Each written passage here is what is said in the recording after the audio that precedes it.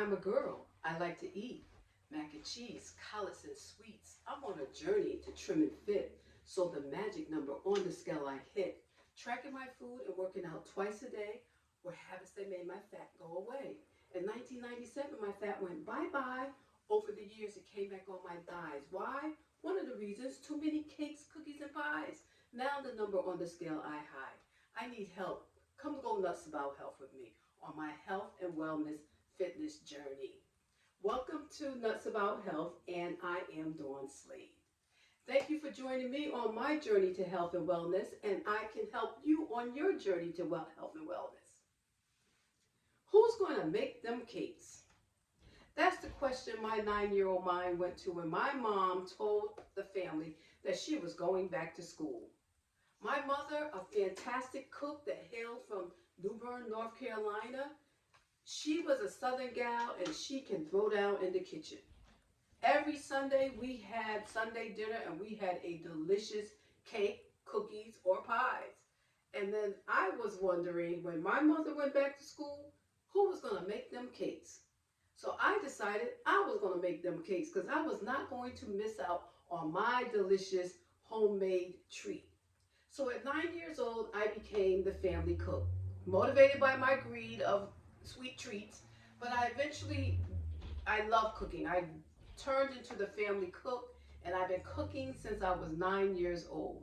So I made my first cake when I was 9, a yellow cake, a basic yellow cake, and the ingredients were flour, sugar, butter, eggs, milk, vanilla extract, baking powder, and baking soda. It was really easy. It wasn't that difficult. So the cake had about 8 or 9 ingredients in it, and I made my cake, and I haven't looked back since then. So today we're going to talk about cooking and what does cooking have to do with a health and wellness journey. It has a lot to do with health and wellness. So before we answer that question on what does cooking have to do with it, let me just define what health and wellness is. Health is the complete state of physical, mental, and social well-being.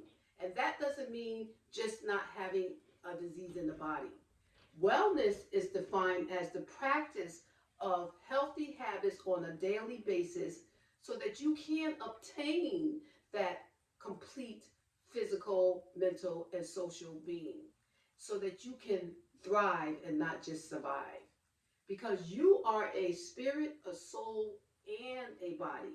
And so we have to practice healthy lifestyle or healthy habits so that we can have that balance and have all three working at the same time, having all our cylinders clicking at the same time. So what are some of those habits that we need to practice on a daily basis? A healthy diet, what you eat, when you eat, where you eat, how you eat, and why you eat. We need to move our bodies on a regular basis. We need to make sure that we have adequate sleep. We need to manage our stress. And we should have really good social interactions, good positive social relationships. So those are some of the healthy habits that we need to practice on a daily basis so that we can have wellness. And wellness is the practice of these habits so that we can have health. And health is, again, the state of complete physical, mental, and social well-being. So let's talk about the first piece, which has to do with the eating piece, that healthy diet. That healthy diet deals with the physical portion of that wellness piece. We are a physical body. The body is a miracle. It's a magnificent machine. When you think about what God made, it is really something special. And this magnificent body needs to have good fuel in order to be efficient. And what is the fuel? The fuel is food. The food that we ingest and what we eat and what we drink is what gives our body the energy so that we can operate and be efficient and be healthy. So let's talk about what is food. Food is defined as nutritious substance that you eat or drink so that you can have health and life. That's what food is. Nutritious, that's the operative word, nutritious or nutrition. What is nutrition? Nutrition is the body's ability to take what you eat and drink and then to break it down and assimilate it and absorb it and to extract the nutrients, the vitamins, and the minerals so that you can grow, so that you can have good health, so that you can have good life. So, food is to nourish, to fuel, and to heal our body. And we want to make sure that we are giving our body the best fuel possible. How do we do that? By understanding what food is. Food is categorized under macronutrients and micronutrients. The macronutrients are protein, fat, and carbohydrates. The micronutrients are vitamins and minerals. So the food that we eat should be full of good protein, good fat, good carbohydrates, and it should make sure that we have the vitamins and the minerals that we need so that we can have good health. Because most of the sickness and disease that we have is caused by deficiencies in our nutrition and toxins in our body. Now, where do we get those toxins from? The standard American diet that most of us eat. The standard American diet has been described by one person as a unnatural, highly processed, commercial-driven, obesity-causing diet. The standard American diet not only causes obesity, but it causes us to be toxic and sick because it doesn't have the nutrients that we need. Let me tell you what the standard American diet is, and I'll tell you what the standard American diet is not. The standard American diet is full of sugar. The standard American diet is full of sodium. The standard American diet is full of bad fats like soybean oil. The standard American diet is low in fruits and vegetables and fiber, and it's high in chemicals, additives, preservatives, all those dyes, all those things in the standard American diet.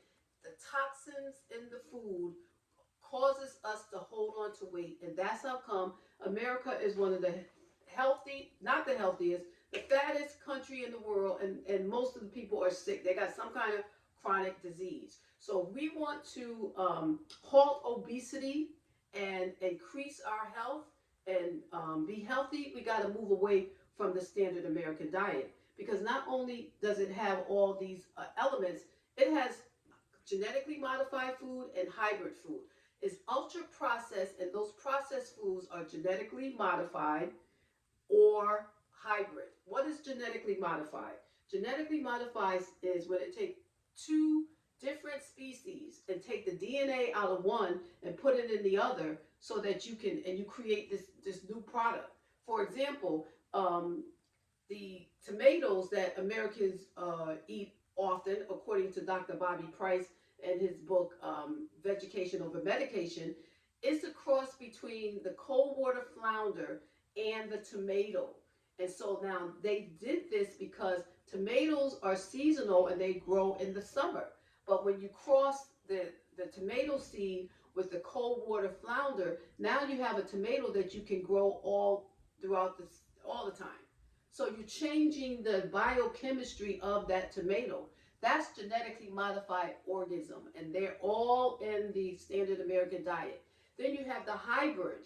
The hybrid is when you take two seeds, put it in the ground at the same time, and you create something else. And so these things are not the natural way that God made the plants, and so they change it. It changes the whole essence of the plant, and we eat that, and it causes us to have some problems. So the standard American diet is ultra processed. It's full of genetically modified organisms and hybrid foods. It's full of chemicals, additives, and preservatives that's making us fat because our body cannot use it. And when the body doesn't recognize the nutrient or it doesn't recognize this chemical, it holds on to it as fat, or it holds on to, when we eat too much sugar, it holds on to it as sugar. And in the foods that we eat, the animal products, they have hormones in it, and it holds on to it as extra hormones. So that's what the standard American diet is doing to us. So we want to move away from that standard American diet, and we want to move to a whole foods, plant-based diet. That doesn't mean you have to be a vegetarian or a vegan, but you want to eat more whole foods. You want to eat more plants. You want to eat your food that comes from not from the factory, but comes from the farm. And there are many ways that you can do that. There's so many different diets out there that are mostly plant-based that you can draw from, get some recipes, and you can decide, okay, I am going to move away from this standard American diet. The fast food, the junk food is all full of chemicals and the body can't recognize that. So we want health and we want wellness. So as we can see, cooking has a lot to do with that, because the studies show that if you prepare your food at home and you eat at home, there are many benefits for your health and wellness. And you say, Dawn, well, what are some of those? What are some of the benefits of cooking and eating at home? Number one, you can control your portion sizes. You control your portion sizes, which means you're probably going to eat less calories, which means that it's going to prevent you from gaining weight over a longer period of time. When you prepare your food at home and you cook at home, you choose the ingredients. When you go to a restaurant, when you go to the fast food restaurant, again, most of the food system in the United States has genetically modified or hybrid ingredients. So when you decide that you're going to cook at home, you want to make a selection of foods that are organic and not hybrid and not genetically modified, because you want to give your body the best. You are worth it. You are worth giving your body the best. Cooking at home can also increase your family closeness, that you can decide that you're going to make food at home, and then you can invite your children or your grandchildren or your spouse to join you. So it's a way to connect, to have those really good social connections. And cooking at home also helps your brain. You say, how does it help my brain? Brain health. When you do something different, you're causing your brain, you're challenging your brain. So when you decide to cook at home, you might take recipes that you had and you might adjust them. That's doing something new. Or you might find a whole batch of new recipes, and that's doing something new. So there are benefits of cooking at home. And so it does have a lot to do with your health and wellness. So I know what you're saying. I don't like to cook. I don't have time to cook. I don't want to cook. I understand that. I do. I do love to cook, but for those of you who don't, how many of you don't like to cook? How many of you say cooking takes too much time? Well, what if I told you there's a way that you might be able to embrace cooking, and it may become more enjoyable for you, and it doesn't take that much, it won't take so much of your time. What if I told you there was a way that you can do that? Would you be interested in trying to cook more? Okay, I'm going to tell you what that is. It's called batch cooking. Batch cooking is a way that can make cooking more enjoyable to you. It can save you time. It can save you money. It can it will, you have less stress, because now you don't have to worry about what you're going to cook on a daily basis. So let's talk about this batch cooking. What exactly is batch cooking? Batch cooking is when you make a number of meals ahead of time and you store them in the refrigerator or the freezer, so that when it's time to eat, you don't have to start from scratch for what you're going to have for a meal. You already have your ingredients in the refrigerator, or you already have your whole meals in the refrigerator. And that is a way to make cooking less stressful for you. That's a way to make cooking less time consuming. And batch cooking also can save you money, because when you cook in batches, you're going to buy your ingredients in bulk. So let's talk about batch cooking. What do you have to do? So batch cooking is you have to be organized. You have to plan. And we know that we've heard this said multiple times. People don't plan to be failures. They just fail to plan. So if you're going to embrace the batch cooking so that you can cook and prepare more meals at home, which will support your health and wellness, you're going to have to plan and you're going to have to be organized. So the first thing you want to do is you want to find out what you want to cook. We're talking about moving towards a plant-based diet. So you want to eat more foods that are from the farm and from the ground. You want to eat more vegetables. You want to eat more fruit. You want to eat more whole grains. You want to eat beans. And so you decide that you're going to eat more plant-based foods, okay? Then you're going to look for some recipes. Look for some recipes that are going to support that. You can look at the Mediterranean diet, which is a diet of people that live the countries that are surrounded by the Mediterranean Sea. And this diet, they use a lot of olive oil. They eat a mostly plant-based diet. They eat more vegetables and they eat seasonal fruit. They eat whole grains, beans, and they do eat fish and they eat a little meat. So that is a plant-based diet that is not totally, completely vegan or doesn't have any animal products. Or you could look at the Blue Zone diet. The Blue Zone diet is a diet that comes from areas that people are living longer and healthier lives. Many of them live to be over 100 years old. And in the Blue Zone diet, again, they have a mostly plant-based diet. They have less stress. They move their body more often. Most throughout the day, they move their body multiple times a day, and they have really rich social interactions. The blue zones are in Japan, Greece, Spain, Costa Rica, and there's one blue zone in the United States, Loma Linda, which is about 60 miles outside of LA. And this is a community where they eat a plant-based diet. It's a Seventh-day Adventist community, and they live much longer lives, and that's the blue zone. So look at recipes and then come up with some recipes that you want. Make a menu for the week of what you want to eat, but you don't have to try the batch cooking for the whole week. Try maybe 3 days. Try 3 days, find the recipes that you like, and then make sure that when you go to the soup, you write down after you made your menu, you listed the ingredients. You have to also make sure that you get the storage containers that you need, because if you don't do it, you're not going to be able to make the batch cooking work for you. And you want to stay away from the plastic, get the glass, because the glass is more environmentally friendly, and the glass you're not going to have to worry about the glass picking up stains and smells like plastic. So this is what you're going to do. You're going to make your menus, 1. You're going to make your grocery list, 2. You're going to make sure you got your ingredients, and 3. That's 3. And then you're going to decide which day you will batch cook.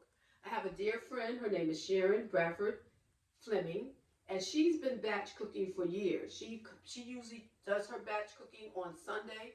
And she will make multiple meals on Sunday so that when she comes home from work, she doesn't have the anxiety of what am I going to eat? And she doesn't have to go out and buy food and not knowing who's preparing that food, what ingredients are in that food.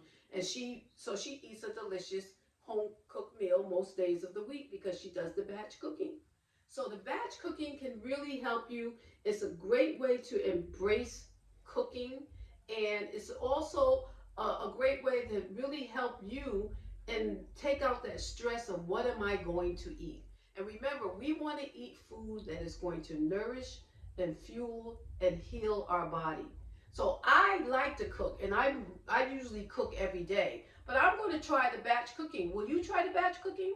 I'm going to try the batch cooking because I am moving towards a plant-based diet. My goal is to eventually become 100% plant-based. Right now, I'm eating a mostly plant-based diet, but I want to become 100% plant-based. And so there are lots of different foods out there that I want to try. And so I am going to embrace this batch cooking. So are you going to do that? And it's not going to be that bad.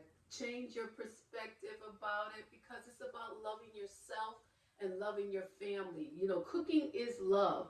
And when we cook at home, we're bringing that love back, and we'll sit down and we can have a meal with our family, and it's really going to enhance our health and wellness. So as I said in the beginning, what does cooking have to do with it? Cooking has a lot to do with health and wellness, and we want to practice those healthy habits that are going to give us the complete state of physical, mental, and social well-being. And cooking and eating a healthy diet is one of the ways that we can do that. And so once you start batch cooking, You might just like cooking, and you may decide when you want a treat, you may say, I don't want to go to the supermarket and read that paragraph full of ingredients.